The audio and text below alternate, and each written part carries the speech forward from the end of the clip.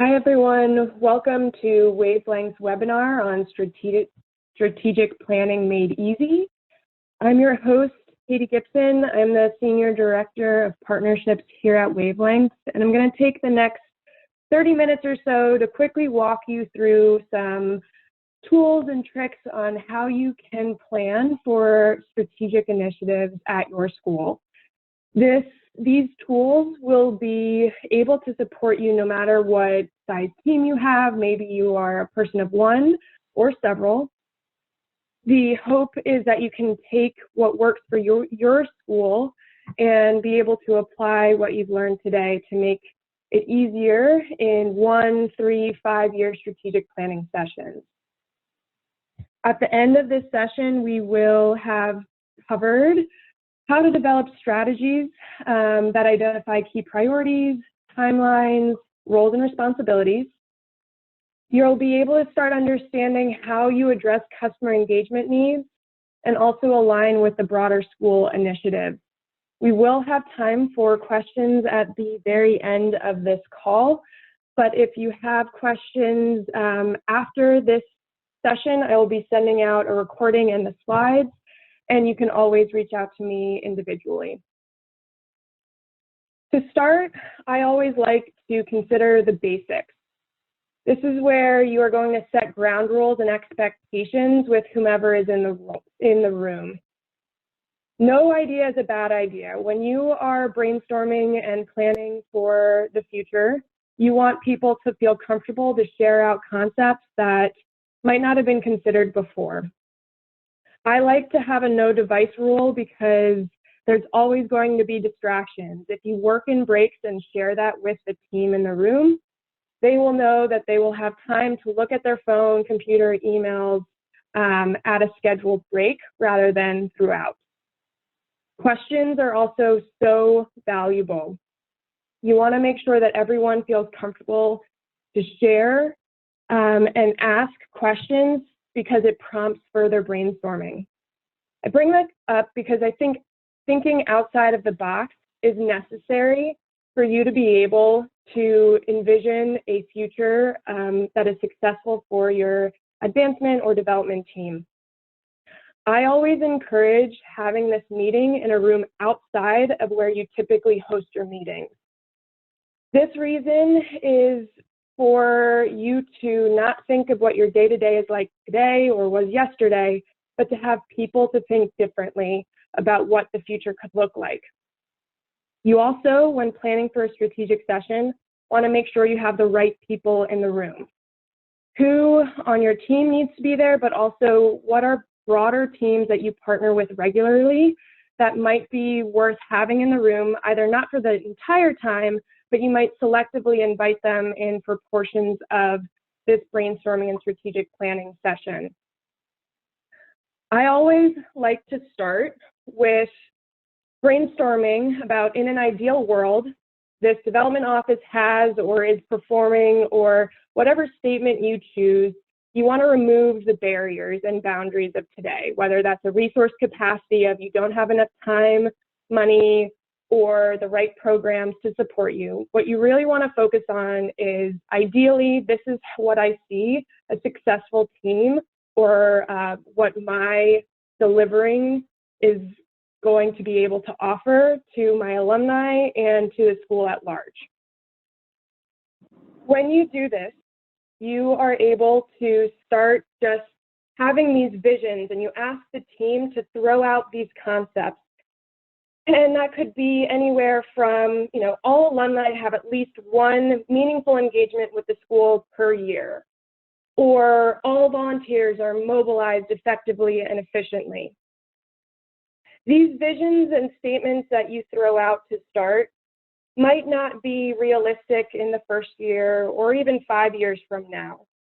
But what you want to do is try and encourage your team, whoever is in the room, to share out what they see in their role as being an ideal world scenario.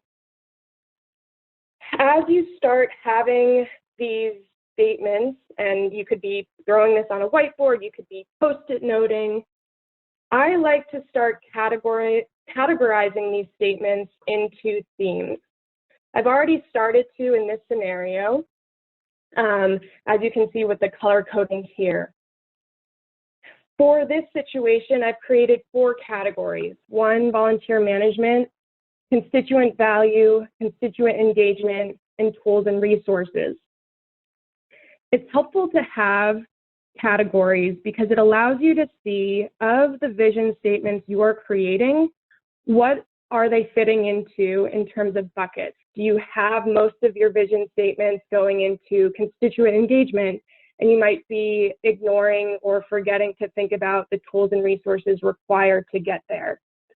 What you have to realize in this space of alumni relations is that the constituents and customers you work with are everyone from the alumni base to friends and trustees of the school, to current students, parents, faculty, and staff.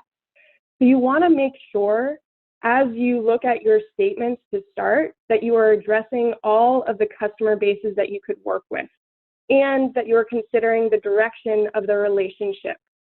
By that, I mean from a constituent engagement standpoint, you might be doing outreach to alumni. However, you might have a base of that alumni or others who are volunteers, who are working more directly with you, and they are putting input into your work.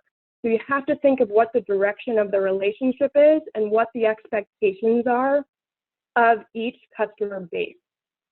I always suggest doing an exercise of prioritization after you have a gathering of ideas and statements. You're never going to be able to reach all of your vision in the time frame you want. And so instead, prioritizing what you want to start with is valuable. One way I suggest doing that is through dot prioritization. So I have little dot stickies. I give them out around the room, and I have 3 of the green color and 2 red dots.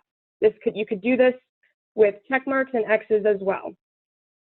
You ask everyone in the room to prioritize their top 3 vision statements and X off the ones that they don't think are a priority or they don't think can work because whatever reason. That might be that one of these statements really require a major partnership with another department, so you don't have sole ownership. So you have to think of it in a different capacity. Regardless, as you start prioritizing these statements, you again want to make sure that they fit within all of the buckets that are necessary in addressing as you think of the success of your program. One way to gut check if your statements are valuable and should be prioritized is through the 5 whys trick. By that, I mean you take a statement and you ask, why is this important? You get an answer, maybe alumni engagement is valuable because that would increase donations, or whatever the statement you come up with is, you then have to ask why again. And this question could be, why does that matter to my alumni? And you keep asking why up to 5 times, because if you can't keep answering, then it might be reflective of A, is this truly valuable? Or B, this is so clear that we don't even need to get to the 5th why. However, I find 5 whys important because it really gets you into thinking, this is the true value and priority, and this is why I'm choosing to go in this direction.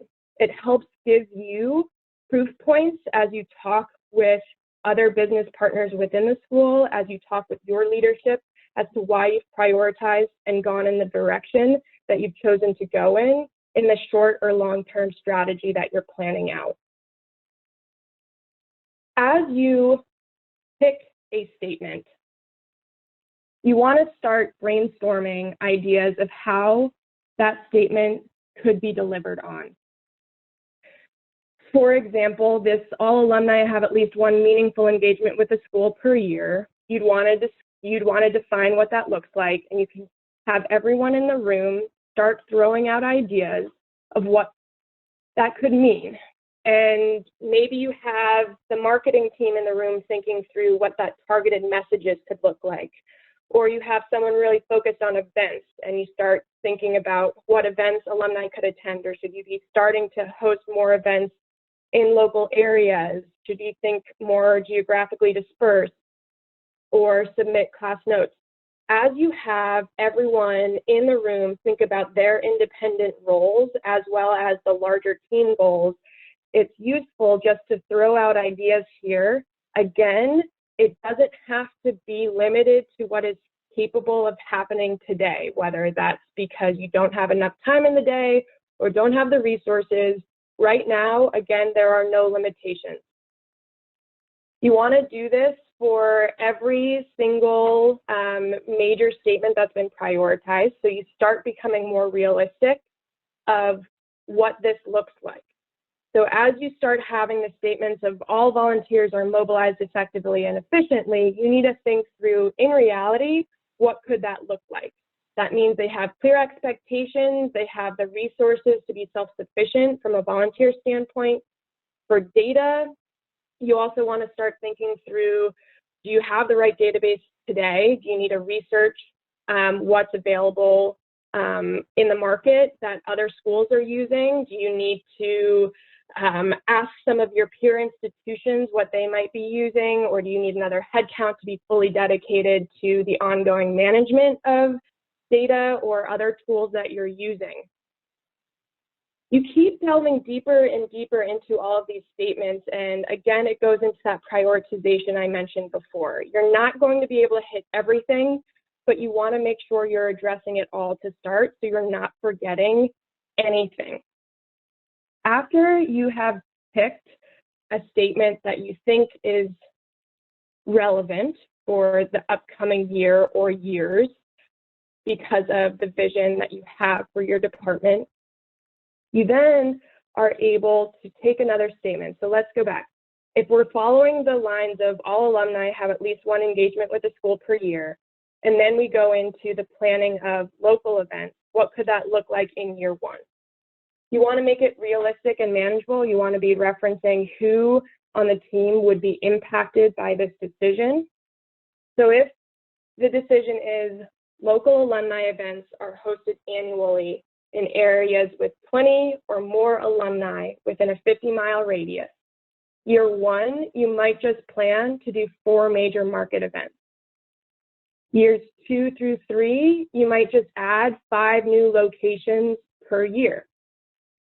Years 4 and 5, maybe you start thinking internationally or remote alumni events. You want to start having the breakdown so that as you think about your day-to-day, as you think about your yearly plans, you are making clear steps of this is leading towards an ultimate goal that's going to answer the vision that we all as a team have aligned on. You are able to do this strategic planning session all in one go or on an ongoing basis, or you can split it up.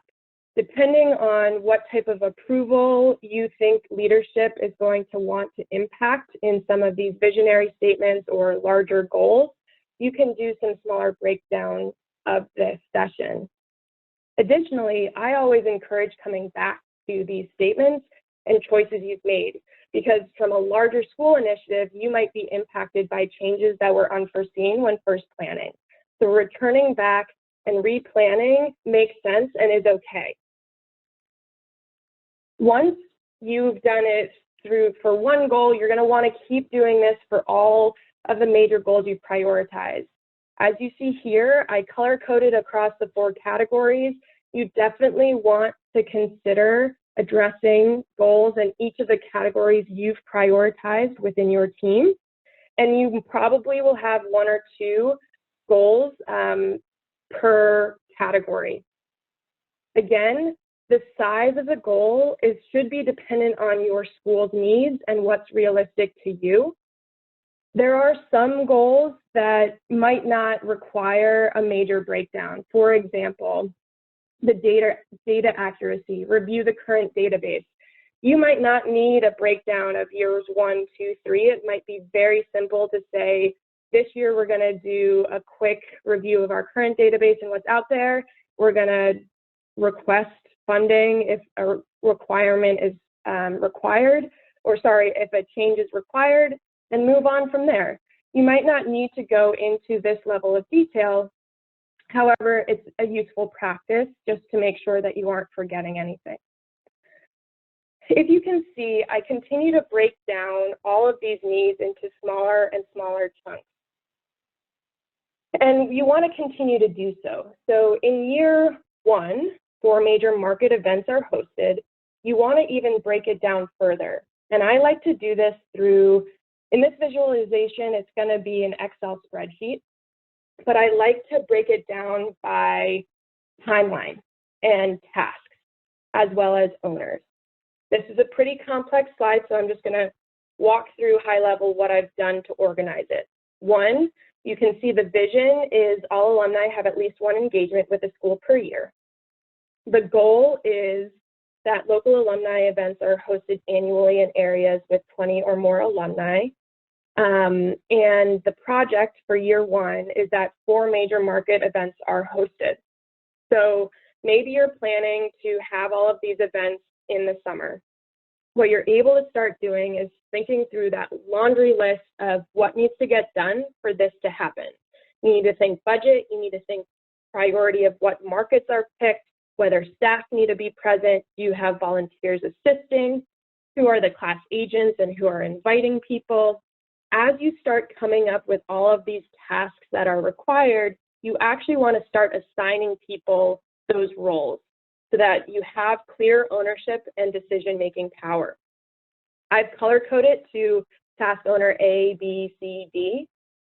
This is for more complex teams. If you are a team of 1, do not fret. I do this for myself as well, and I color-code it by themes of the task.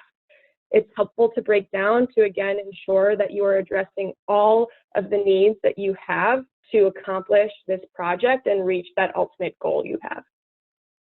As you can see in this yellow box here, there might be some unclaimed tasks, or they might not be put to a timeline. That's okay. You just want to make sure you capture them and stay true to your targeted dates. I like to put all of these tasks to a timeline because we know how busy the school year gets. We know how things keep coming up. And by staying true to a timeline, you're able to start figuring out how close you are to keeping on track, to also adjusting if things come up. For example, I've added spring break here, maybe graduation. You might pick some other major dates that you have in your calendar that you need to consider. It is helpful to sometimes speak to your peer departments to see if they have any major dates that you might be drawn in to assist with that would impact your target end dates as well as your workload week by week.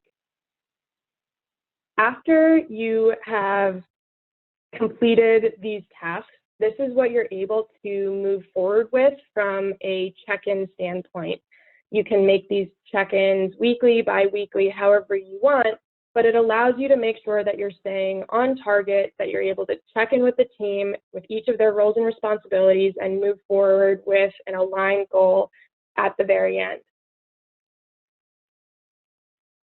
So what I've just walked through is to start a brainstorming initiative to think through, in an ideal world, what the vision of your department, your team is. After you have these visionary statements, you start coming up with goals.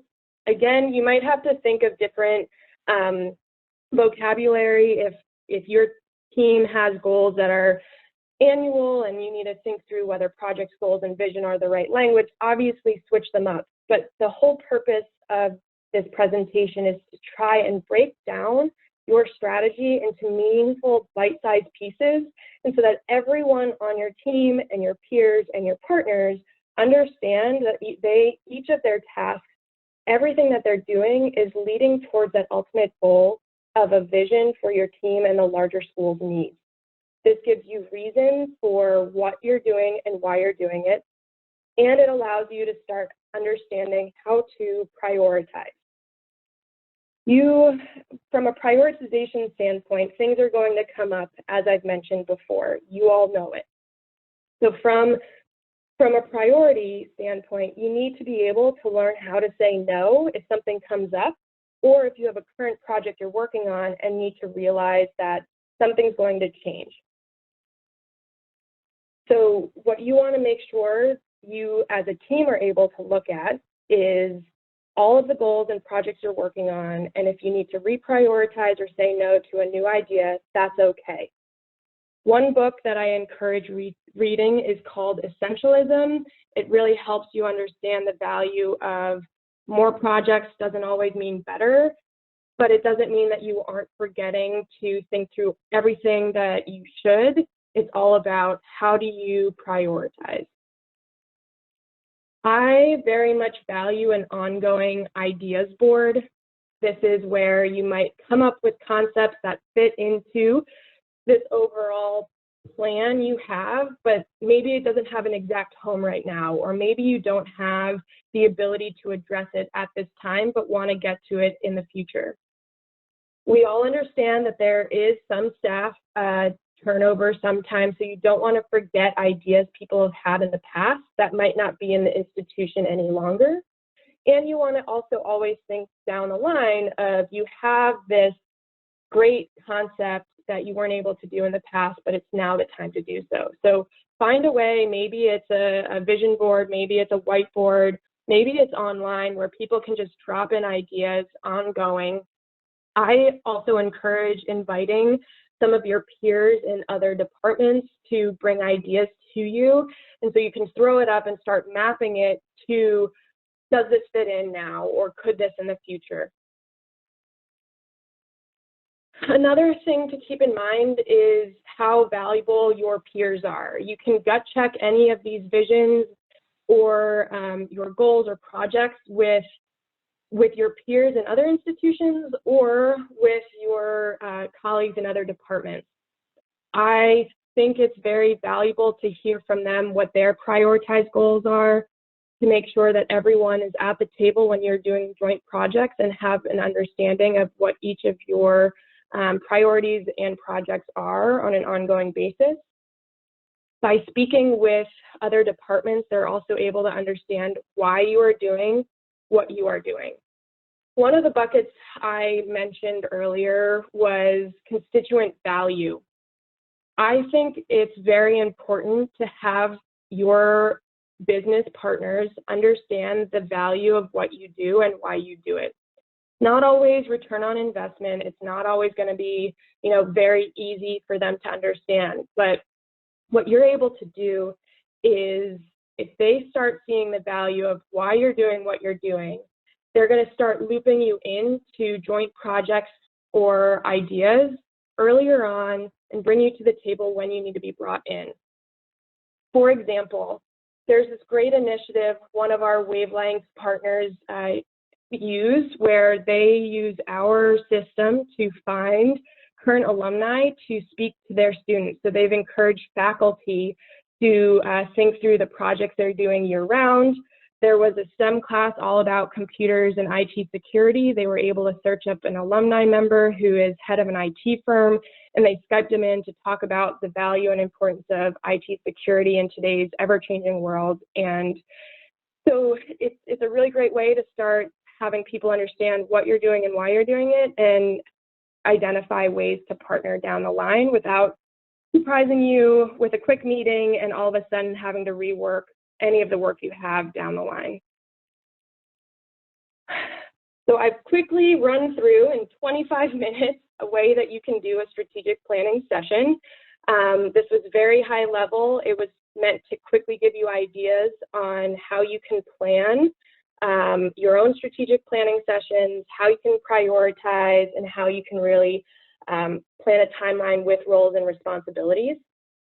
As I said, it was super high level. I'm here to answer any questions you may have. So feel free, you should be able to, as a participant, quickly ping me a question if you have any, but thank you for your time.